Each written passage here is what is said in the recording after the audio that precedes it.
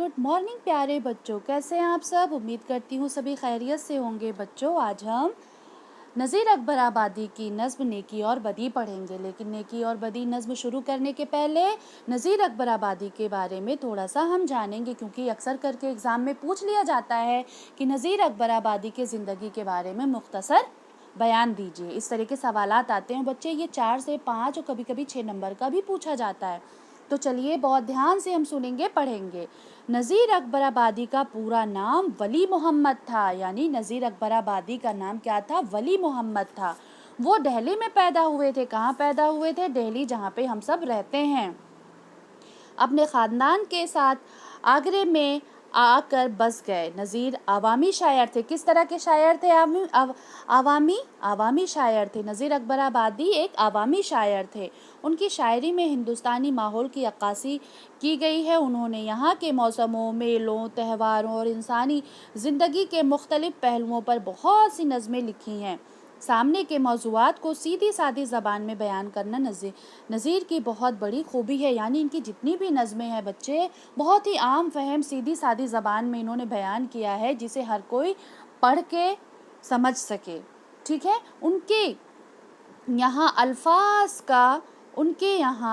अल्फाज का गैर मामूली ज़ख़ीरा था। वो मौक़े और मौज़ू के एतबार से मुनासिब अल्फाज का इस्तेमाल करते हैं। उनके कलाम में तासीर बहुत है। क्या है? तासीर बहुत है। रोटियाँ, बंजारा नामा, मुफलिसी, होली, आदमी नामा, कृष्ण कन्हैया का बालपन वगैरह उनकी मशहूर नज़में हैं। कौन कौन सी? ये भी एग्ज़ाम में एक सवाल ये भी पूछा जा सकता है कि नज़ीर अकबर आबादी के दो मशहूर नज़मों के नाम लिखे। तो आप इसमें से कोई भी लिख सकते हैं। रोटियां, बंजारा नामा, मुफलिसी, होली, आदमी नामा और कृष्ण कन्हैया का बालपन, ये बहुत ही मशहूर नज़में हैं इनकी। इसी तरह हिंदुस्तान के मुख्तलिफ मौसमों, फलों और शख्सियतों पर नज़ीर की नज़्म भी अपनी ख़ास पहचान रखती है। वो उर्दू के मारूफ शायर हैं।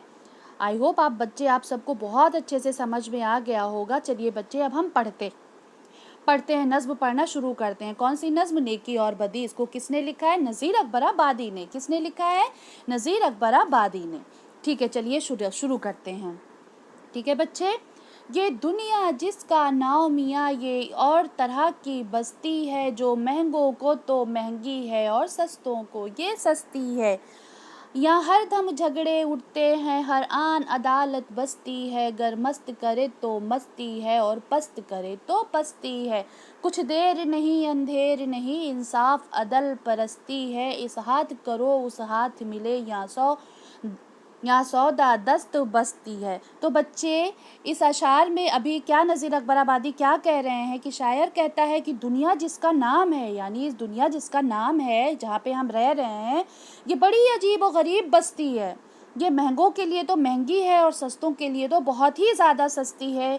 यानी शरीफों के लिए शरीफ है और बदमाशों के लिए कमीन है। यानी जैसे लोग होते हैं वैसा उनके साथ होता है। ठीक है। ये महंगों के लिए तो महंगी है और सस्तों के लिए सस्ती है। यहाँ कदम कदम पर झगड़े होते हैं और हर वक्त कोर्ट कचहरी लगती है। अगर कोई मस्त है तो उसे ये दुनिया मस्ती ही देती है, और अगर कोई घटिया है तो उसके लिए ये दुनिया भी पस्त साबित होती है। यहाँ हाथ के हाथ बदला मिल जाता है। यहाँ हाथ के हाथ बदला मिल जाता है, बिल्कुल नगद सौदा है। समझे? यहाँ पे कहने का मतलब ये है कि शायर कह रहा है कि ये दुनिया जो है बिल्कुल जैसे आप चाहोगे वैसे, जैसे अगर आपका अमल अच्छा है, आप बहुत अच्छे इंसान हैं, तो आपके साथ भी सभी अच्छे लोग मिलेंगे। अगर आप बदमाश हैं, ठीक है, तो आपके साथ वैसे ही लोग होंगे जैसे है, यानी जैसी करनी होगी जैसी वैसी ही भरनी होगी। ठीक है बच्चे। नेक्स्ट है हमारा, जो और किसी का मान रखे तो फिर उसको भी मान मिले। जो पान खिलावे पान मिले, जो रोटी दे तो नान मिले। नुकसान करे नुकसान मिले, एहसान करे एहसान मिले। जो जैसा जिसके साथ करे फिर वैसा उसको आन मिले। कुछ देर नहीं अंधेर नहीं, इंसाफ और अदल परस्ती है। इस हाथ करो उस हाथ मिले, यहाँ सौदा दस्त बस्ती है। बच्चे, दूसरे अशार में, दूसरे बंद में शायर क्या कह रहा है, यानी नज़ीर अकबर आबादी क्या कह रहे हैं कि जो दूसरों की मुश्किलों में काम आता है तो लोग मुश्किलों में उसकी भी मदद करते हैं। जैसे खुदा न करे आपके ऊपर कोई मुसीबत, कोई परेशानी आ गई और ऐसे हालात में आपकी किसी ने मदद की, तो आप भी उसके लिए हमेशा खड़े रहेंगे। समझ में आ रही है? और जो किसी को पान खिलावे से मतलब है, जो किसी को पान खिलावे, तो पान मतलब ये दुनिया ऐसी हो गई है, एक हाथ से लो दूसरे हाथ से दो। यानी तुम जिसके साथ जैसा करोगे वैसा उसके बदले में आपको मिलेगा। जैसे पान खिलाओगे तो पान मिलेगा, रोटी दोगे तो नान मिलेगी। यानी दूसरों को रोटी खिलाता है और उसकी रोटी में इजाफा होता है। जो दूसरों को नुकसान पहुंचाने की कोशिश करता है उसे भी नुकसान उठाना पड़ता है। जो दूसरों पर एहसान करता है, यानी ये देखिए यहाँ पे, नुकसान करे नुकसान मिले, एहसान करे एहसान मिले। बच्चे अक्सर करके अपने क्लास के बच्चों को ही नुकसान पहुंचाते हैं। तो नुकसान आप पहुंचाओगे तो उसके मन में क्या आपके लिए इज्जत रहेगी? वो भी आपके लिए भड़केगा, आपका भी नुकसान करना चाहेगा। अगर आप किसी की मदद करोगे, एहसान करोगे उसके ऊपर, तो वो भी इस चीज़ से दबा रहेगा कि इस बंदे ने मेरी मदद की, मेरे दोस्त ने मेरी मदद की, तो मुझे भी उसकी बहुत ही ज़्यादा मदद करनी चाहिए। यानी उस एहसान का बदला एहसान। ठीक है बच्चे? कह रहे हैं यहाँ जो जैसा करता है उसका वैसा ही बदला ज़रूर मिलता है। यहाँ देर है अंधेर नहीं है, यहाँ बदला हाथों हाथ मिलता है। यानी बदला हाथों हाथ मिलने का मतलब एक हाथ से लो दूसरे हाथ से दो। एक हाथ से लेते हो, एक हाथ से लेते हो, दूसरे हाथ से देते हो। तो यहाँ ये दुनिया क्या है कि यहाँ कोई किसी का नहीं है। अगर आप किसी के साथ अच्छा करोगे तो वो भी आपके साथ अच्छा करेगा, बुरा करोगे तो वो भी आपके साथ बुरा करेगा। तो इसलिए बेहतरी यही है कि हमें हमेशा अच्छी और पुरसुकून ज़िंदगी गुजारने के लिए अच्छे काम करने चाहिए। तीसरे बंद में हम आ जाते हैं बच्चे, जो पार उतारे औरों को उसकी भी नाव उतरती है, जो गर्क करे फिर और उसको भी यहाँ डुबको करनी है। शमशीर तबर बंदूक सिना और नश्तर तीर नहरनी है, यहाँ जैसी जैसी करनी है फिर वैसी वैसी भरनी है। कुछ देर नहीं अंधेर नहीं, इंसाफ अदल परस्ती है, इस हाथ करो उस हाथ मिले, यहाँ सौदा दस्त बस्ती है। यानी इस बंद में शायर क्या कह रहा है बच्चे? बहुत अच्छा ये बंद है, मुझे बहुत अच्छा लगा। शायर कह रहा है कि जो दूसरों को परेशानी से निकालेगा, जो पार उतारे औरों को, यानी जो दूसरों को परेशानी से निकालेगा, मुश्किलों से बचाएगा, तो खुदा उसकी भी, या ये देखो, औरों को उसकी भी नाव उतरनी है, जो गर्क करे फिर, यानी जो किसी दूसरे की मदद करेगा तो खुदा उसकी मदद करेगा। अगर गर्क मतलब किसी को तबाह करना, अगर आपके मन में किसी को तबाह करना, किसी को बर्बाद करने का ख्याल है, तो आपके साथ भी कुछ अच्छा नहीं होगा। यानी दूसरों का बेड़ा गर्क करेगा, उसे भी नुकसान का सामना करना पड़ेगा। यहाँ जो जैसा करेगा उसका वैसा ही फल मिलेगा।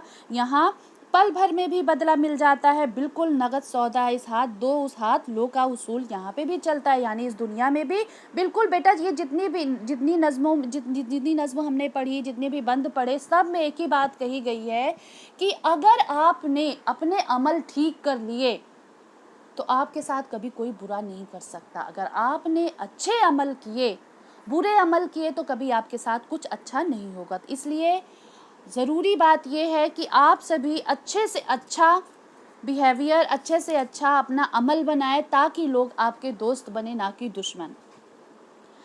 चौथा बंद है, जो औरों का ऊंचा बोल करे तो उसका बोल भी बाला है, और दे पटके तो उसको भी फिर कोई पटकने वाला है। बेजुल्म खता जिस जालिम ने मजलूम ज़बह कर डाला है, उस जालिम के भी लहू का फिर बहता नदी नाला है। कुछ देर नहीं अंधेर नहीं, इंसाफ अदल परस्ती है, इस हाथ करो उस हाथ मिले, यहाँ सौदा दस्त बस्ती। दस्त मतलब हाथ होता है बच्चा, मतलब एक हाथ से लो दूसरे हाथ से दो। तो इस अशार का मैं तशरीह कर देती हूँ, एक्सप्लेन कर देती हूँ कि इसमें क्या कहा जा रहा है।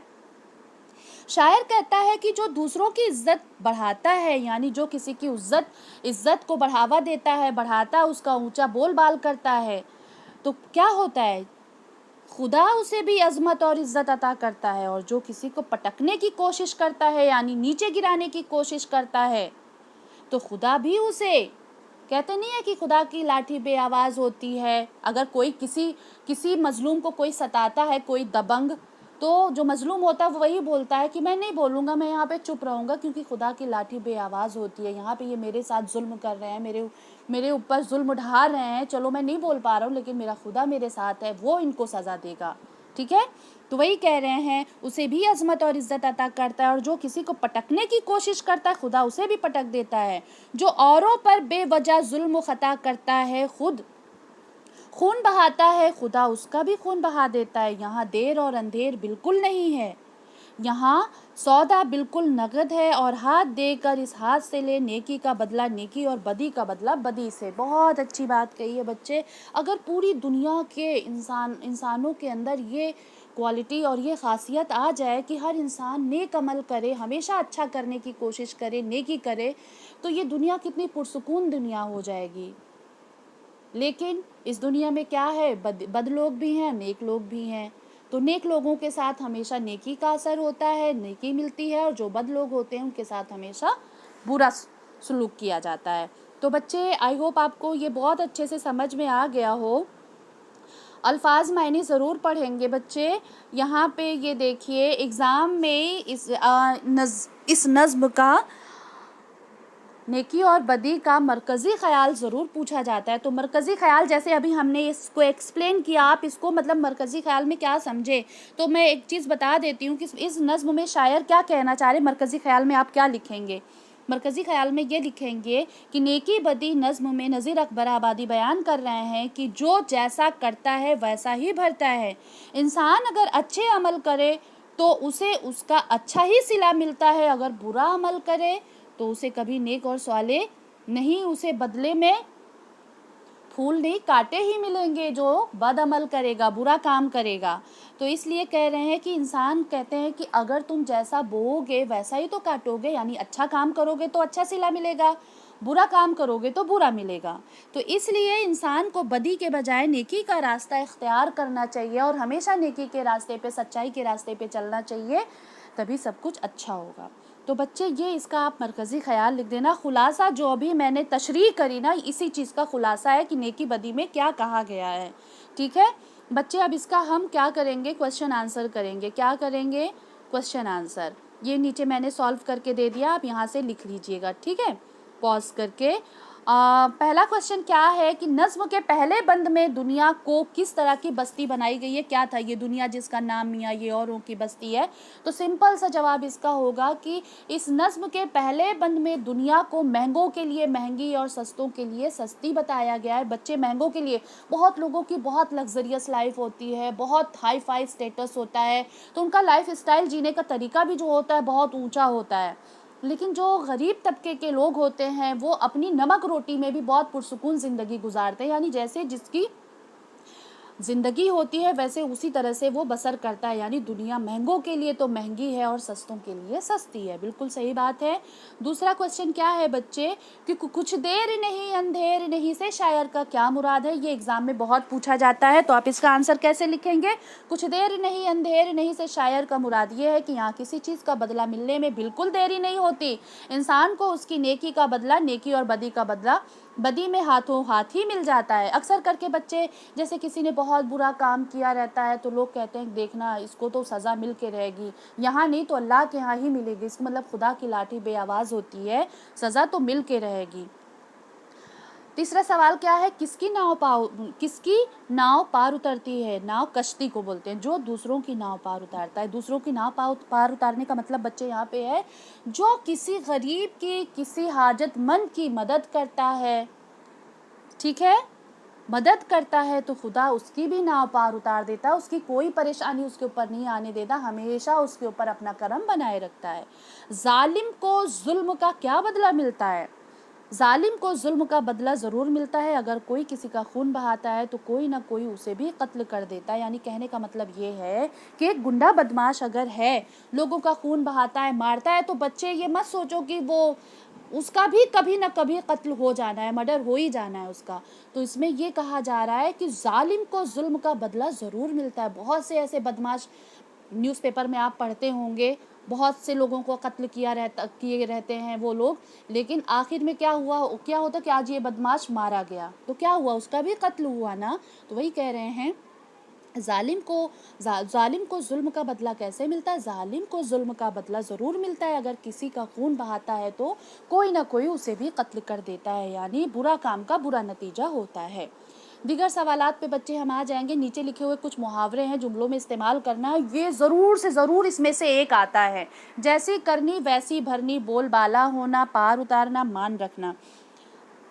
जैसी करनी वैसी भरनी का क्या बनाएंगे आप? दूसरों को नुकसान न पहुंचाओ। यहाँ जैसी करनी वैसी भरनी है, कहीं ऐसा ना हो कि तुम्हें भी नुकसान उठाना पड़े। अक्सर करके बच्चे बहुत से माँ बाप होते हैं, एक दो औलाद, कोई भी एक औलाद अगर नाफरमान निकल जाती है तो माँ बाप क्या कहते हैं कि ठीक है बेटा, आज तुम जैसे मेरे साथ कर रहे हो, कल की तुम्हारी औलाद तुम्हारे साथ करेगी। यानी जैसी करनी वैसी भरनी, यानी आप अपने वालिदैन के साथ जैसा बर्ताव कर रहे हो, अच्छा बर्ताव कर रहे हो, तो आपके बच्चे आपके साथ अच्छा सलूक करेंगे। अगर अपने वालिदैन के साथ आप बुरा सलूक करोगे तो आपके बच्चे भी आपके साथ अच्छा सलूक नहीं करेंगे। यानी यहाँ पे क्या मुहावरा फिट बैठ रहा है? जैसी करनी वैसी भरनी। बोलबाला, आजकल उसका बड़ा बोलबाला है, अखबारों में हर जगह उसी का जिक्र है। बोलबाला से बहुत सारी चीज़ें आप बना सकते हैं। यानी बोलबाला का आप ये भी कि आज पूरी दुनिया में मोदी जी का बोलबाला है। पार उतरना, आजकल उसकी नाव भंवर में है, खुदा ज़रूर उसकी नाव पार उतार देगा। बच्चे इसका ऐसे भी बना सकते हैं कि कोई भी इंसान जब किसी मददगार की मदद करता है तो खुदा उसकी नाव पार उतारता है। मान रखना, जो दूसरों की इज्जत रखता है खुदा उसका भी मान रखता है। मान रखना, बच्चे अगर आप अपने वालिदैन का मान रखेंगे तो खुदा आपको इसका जज़ा ज़रूर देगा। ऐसे भी बना सकते हैं। खाली जगह में इस्म या फ़ेल भरना है आपको। क्या भरना है? इस्म या इस्म किसे कहते हैं? किसी शख्स, जगह, चीज़ के नाम को हम इस्म कहते हैं, नाउन कहते हैं, संज्ञा कहते हैं। जैसे राजू, कलम, किताब, दिल्ली, पार्क, ये सारी चीज़ें। यानी इस्म भरना है आपको बच्चे, इसमें इस्म भरना है। और फेल भरना है। फेल किसे बोलते हैं? काम करना। जो किसी इस्म या ज़मीर का काम दिखाए वो उसे क्या कहते हैं? फेल कहते हैं। तो यहाँ कह रहे हैं यहाँ दुनिया इस तरह की बस्ती है। बस्ती क्या है? यहाँ दुनिया और तरह की बस्ती है। यहाँ हरदम झगड़े होते हैं। होते क्या है? फेल है। बस्ती क्या है? इस्म है। जो औरों को पार उतारता है उसकी भी नाव पार उतरती है। क्या है? फेल है। उम्मीद करती हूँ बच्चे ये आपको बहुत अच्छे से समझ में आ रहा होगा। ऐसे एग्जाम में पूछते हैं। और अमली काम में क्या पूछा है कि आपको जो मुहावरे याद हैं उनमें से 3 मुहावरों को जुमलों में इस्तेमाल करिए। तो आप बेपर की उड़ान, आपे से बाहर होना, दम भरना या 9 2 11 हो जाना, इस तरह के बहुत से मुहावरे हैं, लिख सकते हैं। उम्मीद करती हूँ बच्चे आपको ये चैप्टर, ये सबक बहुत अच्छे से तैयार हो गया हो और इम्तिहानात में बहुत अच्छे से करेंगे और पूरे मार्क्स हासिल करेंगे इंशाल्लाह। बच्चे चलते चलते मेरा ये चैनल लाइक सब्सक्राइब करना ना भूलें। शुक्रिया।